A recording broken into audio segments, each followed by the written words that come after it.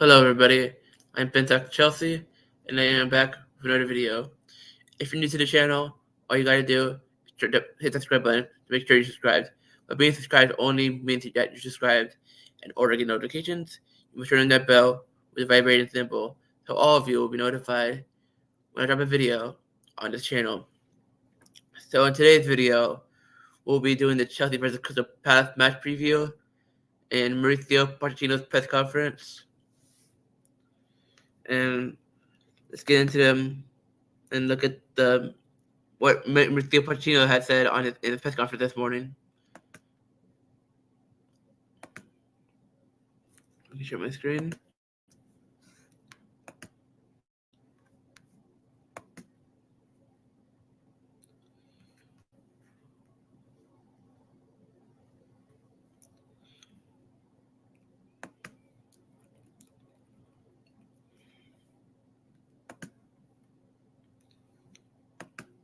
So on blue cards, is it a good idea? It's going to be more complicated because of the interpretation of the referee when to apply the red, the yellow, or the blue. What happens with the goalkeeper? Do you play with the goalkeeper for 10 minutes, or can you change? We will see after when the cameras are off. I will continue.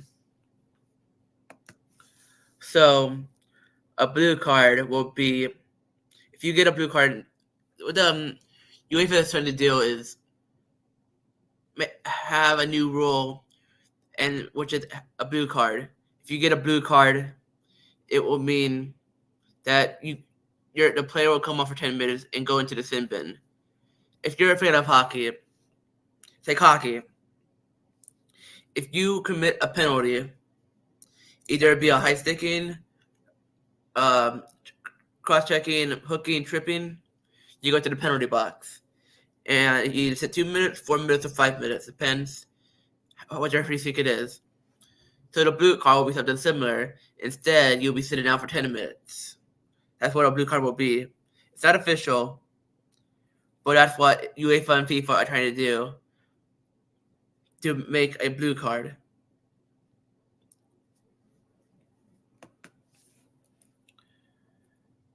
On how many blue cards he would have gotten in his career, Mauricio has said, I don't know the intention to add this blue card, but for sure, a lot. On Badiashile's injury. A groin injury, I hope it's not a big issue. We need to assess now, and after we will know better. On Jackson playing on the left.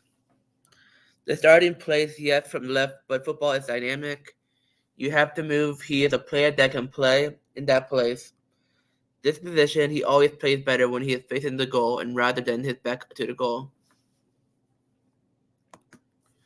So when Nico Jackson was at Villarreal before he signed at Chelsea, his natural position was left wing. And if you watch the game Wednesday, I'm pretty sure if you're a Chelsea fan, Villa fan, or a neutral, you probably did. Nico Jackson probably had best performance in his Chelsea shirt. Yes, he got a hat trick against Tottenham at Tottenham Hotspur Stadium, but they are playing a high line and they are under 9 men, so we expect you to get a hat trick if you're the number 9. But he's naturally a left winger, and you've seen he got a goal and assist, very good. He created a lot of chances and played very well in the left wing. And I'll show you my starting 11 at the press conference, and I'll get to my score prediction, and that'll be the end of the video. On Lavia, no, he won't be back for the Carabao Cup final. He is not training with the team.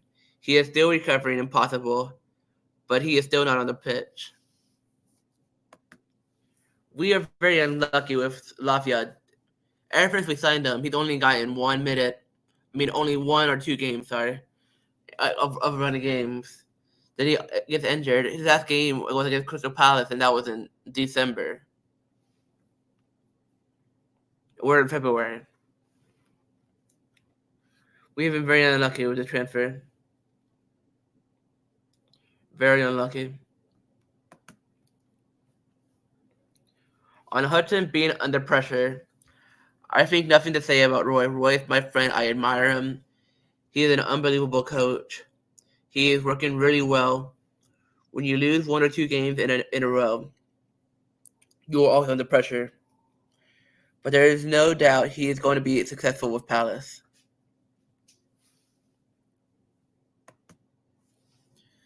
So the thing with Roy Hudson, he's always going to be a fan favorite for Palace because he retired back in after Project Restart in 2020. Then Patrick Vieira got the job as manager of Crystal Palace in 2021, and got sacked in the following season, mid-season. I think they were in a relegation battle, and Hudson came in as emergency manager, and they stayed up. Funny or not, they finished above us on goal difference in last year's Premier League table. But if you watched the Arsenal Crystal Palace game a couple weeks ago, you would see that Crystal Palace fans in the away end at the Emirates had banners held up for the owners to come out, and there was a banner for them to be asking for Roy Hutchinson to be sacked. So I do think Roy Hutchinson will get the sack soon. It's just a matter of time. On Gallagher and Enzo, it was only a matter of time. Great for Carter and Enzo. Also, feel to be happy because they deserve to feel this way and feel happy. Enjoy playing football. These guys work so hard to perform. Gallagher probably had his best game of the season, but scored a goal. Very, very well composed and great finish to beat Emi Martinez on the center post. But the thing he's got to be consistent on performances, and so does this whole 11 and the squad. And we should be picking up 3 points at Selhurst Park, and this will be Gallagher's second return to Selhurst Park after his loan spell at Crystal Palace.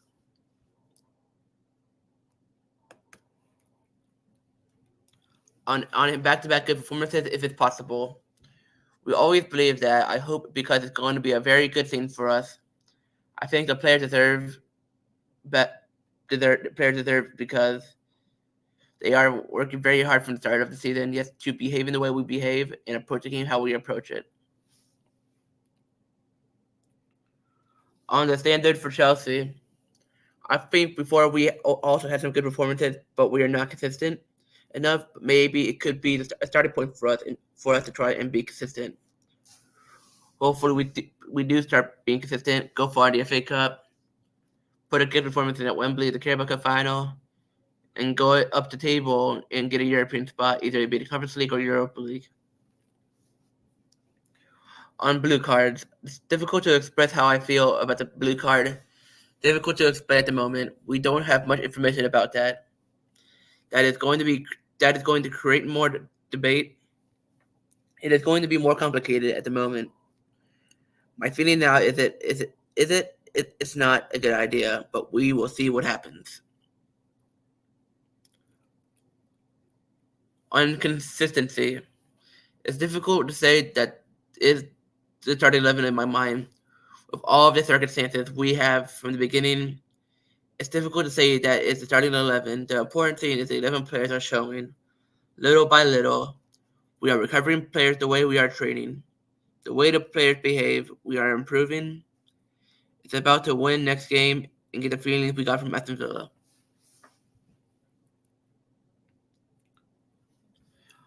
How big the win was. The difference is that the amount of noise that was big before, the performance was really good. We feel good because we realized we need to compete in a different way. The way we approached was the way we need to approach. I think it was a good opportunity and good game to try and be consistent in the next game. Injury news. Badiashile, we need to assess and wait for the scan. Levi Colwill, we need to wait for Sunday to see if he's available. Chalaba is doing well. He is training with the team.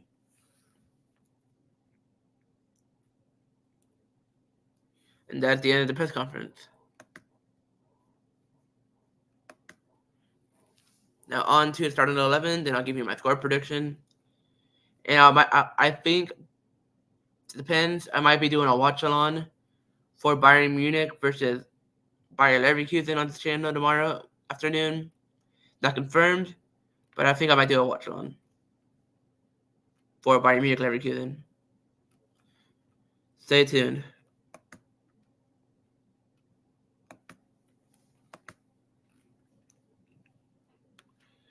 And this will be my starting 11. As you see, it's the same starting 11 that we had in the Aston Villa game. Palmer up top at the false 9. Jackson, Gallagher, Madueke. Endo Caicedo at the pivot. Chilwell Gusto at the wingbacks. Badiashile and Disasi. Wait, Badiashile is injured, so Silva and Disasi at the 2 center backs. And Petrovic in goal. And that will be my starting 11.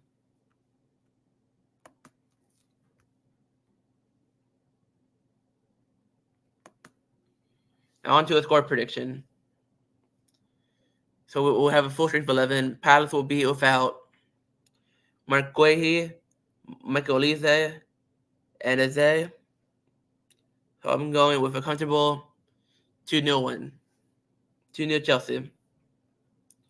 Back-to-back win on the road. Hopefully build some confidence. And pick another 3 points. Thanks for watching. I am Big Chelsea. And I will see you in the next video. Peace.